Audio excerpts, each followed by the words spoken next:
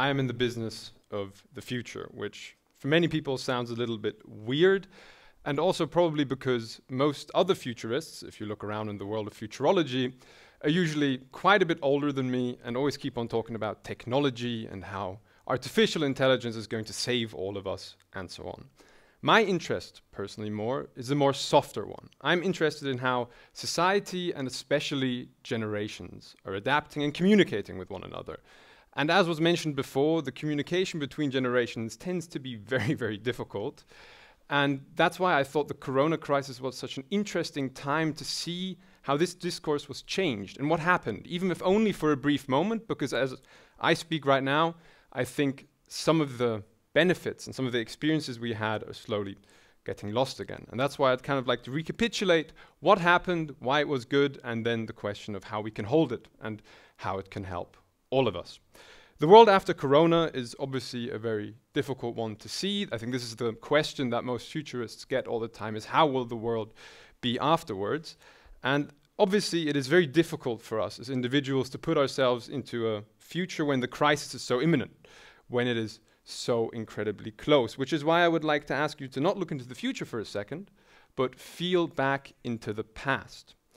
In the moment of lockdown, and it came to everyone at different times, there was a feeling of solidarity within society that I think we have missed for a very long time. Even, and I think this needs to be mentioned at this point, whilst on Facebook and other social media platforms, discussion between groups is getting more and more difficult because we do like fighting here and now.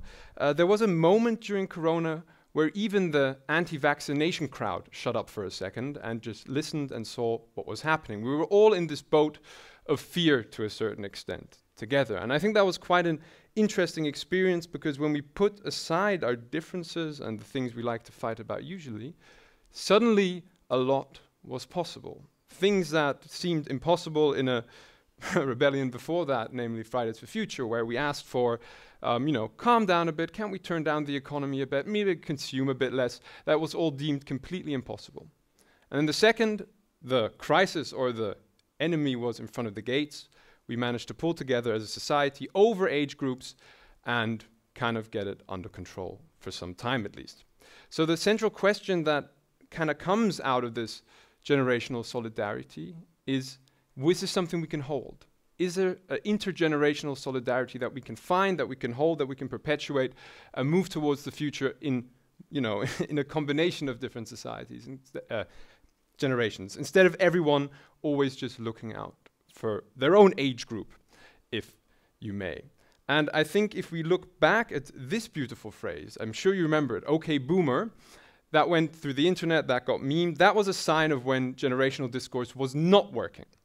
Okay boomer basically meant, okay, we were trying to discuss the climate crisis and the future to come, and essentially we said, the younger generation said, okay boomer, this is not working, the conversation, we are not on the same level, okay, you do your thing, we do our thing. And that's something that I hope, this intergenerational solidarity that we found, that we can get behind, because as said, for some time, we were quite close. And then this whole okay boomer dynamic kind of is slowly coming up again. The youth are trying to, go out and live again. After a few months of lockdown, there's a will for freedom, and that is kind of leading to erosion of this solidarity that we had. And I think at this point it would also be interesting to mention that the boomer generation, the baby boomer generation, which has this divide to the younger generation now, I think me as a person of the younger generation should maybe say this, you did a great job. You rebuilt the world after the Second World War. You brought individualization and tolerance to most of at least Western society, and that is a really good thing. But what has happened through the basically discommunication between these two groups, or the underlying, not always completely bubbling over conflicts, was that a new, quite funny, if you ask me, type of generation, or generational meme, as OK Boomer was as well, was born, and those are the so-called doomers. So quite funnily, the Gen Z is the youngest generation. They're the digital crazies, as they call them. And they were called Zoomers for a long time. Like zooming around, we always said they had very bad attention spans and so on. So, very unfocused and so on. And now because the situation for the younger generations to a certain extent looks so dire, especially if we look at the job market and the economy and the outlook of global growth, they have changed from the Zoomers to the doomers. And it's quite funny, you can go online and find doomer music playlists, for instance, which are just very sad guitar music with people mumbling over it. It's absolutely fantastic. I can only recommend it. But you see, if the world is divided into boomers and doomers, I don't think we're going to get very far in this entire thing. And I think there are two main efforts that we need to take in order to bridge this gap properly. So the one thing us younger people need, I'm afraid to say this, is something I would call historic empathy. So right now in the discussion between boomers and younger generations, there's somehow this divide where we think they did a terrible job and they're to blame for the world ending and climate crisis consuming all of us. But if we look back into the history of what they did and what they accomplished, they actually did a really good job at what they did. And now suddenly, ironically, we have very similar values to them, but just because generational cliches are fun, and it's always fun to tell the younger generation they're stupid. I mean, everyone has this instinct to a certain extent, that is eroding this. So I think if we look back in history, we can see that they actually did a pretty good job of bringing things like equality, progress, even ecology. I'd like to remind you, the 70s hippie revolution, that was them, and they were super into ecology. So there's actually a lot more synergistic potential here than I think we believe. And on the other hand, and I think this is something that some of you here might have already felt, is the younger generation was looking for something to rebel against. And it's very hard to rebel against individualist parents. You know, they accept you. They think you going your own way is a great thing. I can totally get that. I tried so hard to rebel against my father and my mother. I played in a heavy metal band, for instance, and they were like, cool, go at it. Yeah? So you see, the problem kind of is there's nothing really individual to rebel against. And I think the rebellion, which was Fridays for Future in this case, and one of many, there are more to come, I think the central movement and the mechanism behind that was that they were, or we were, if I may say so, rebelling against a structure, against institutions that were built, but not our parents as individuals. And it's always easier to rebel against individuals, and I think that to a certain extent is where this conflict is coming from, because the rebellion is against the structures and systems that now need an overhaul, but the feeling that the boomer generation gets is they're criticizing us in our entirety, in our existence, and that is not the case. And I think this is something that we need to communicate properly. You know, thanks for all the work you did. Now let's move the system in a way that it doesn't collapse, but that it can go forwards into the future. So I think these are the two dynamics that both age groups, if I may, should try to get into. Another interesting dynamic that happened during Corona was what I'd like to call the acceleration of deceleration. So when we were all locked down and stuck within our own four walls, we all suddenly had to slow down. There was just a complete standstill of life as we knew it.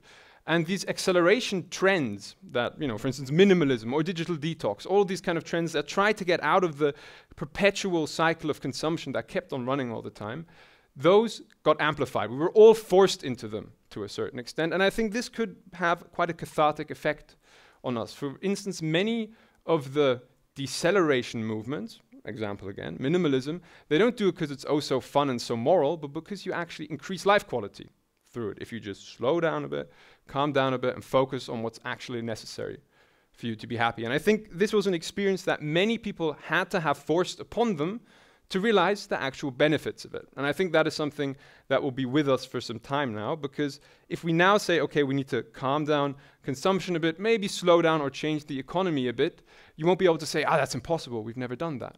Because we all did it together at one point and it worked. So I think the acceleration of deceleration to a certain extent is going to be part of the success story. We will be more willing to change our over-accelerated, maybe over-capitalist, if you want to, behaviors, because we've experienced the benefits of actually doing that once in a while. So I think that's something that could also help us quite a bit. Now I'd like to get to the term prosperity, which is something, because if I can be honest, I've been looking for a new motto for the future. How can we move towards a future that is not only focused on growth, growth, growth, growth? Because I think that is a paradigm that has led to some of the communicational difficulties that we have right now. And prosperity is something we always hope for and wish for, live well and prosper, but it has this effect of going or turning itself around, thriving, growing more, more, more. And I think prosperity is not the correct word or not the correct feeling that we should look for when we move towards the future, which, in my opinion, the next big crisis ahead of us is clearly climate change. And prosperity might not be the right mechanism to go around that, even though we will always keep on wishing this onto each other. I think, and this is a very nice similar English word, which has quite a big difference though, is posterity. I don't know if you've heard of the word posterity. It sounds very similar to prosperity, but it's not the same. To be, in a sense, posterius means that you realize that you do something for the generations after you. And I'm talking way after you. Yeah, I have this slightly basic, simple, old Greek proverb in here. A society grows great when old people plant trees whose shade they know they shall never sit in. But this is essentially what posterity is. It means you do something for the next generations. And that has a value within itself. And in order to not get the boomers say to me, oh, you're just doing this from the perspective of your generation, I think this should apply to everyone. So to a certain extent, I think my mission at the moment to get the communication between generations working again is to bring this term into the public, to say to do something for posterity is actually something worth doing. So in a certain sense, because this word has not disappeared, it's just not used very much anymore, I think it's my job, or I'll at least attempt to make posterity cool again. And with that, I say thank you very much.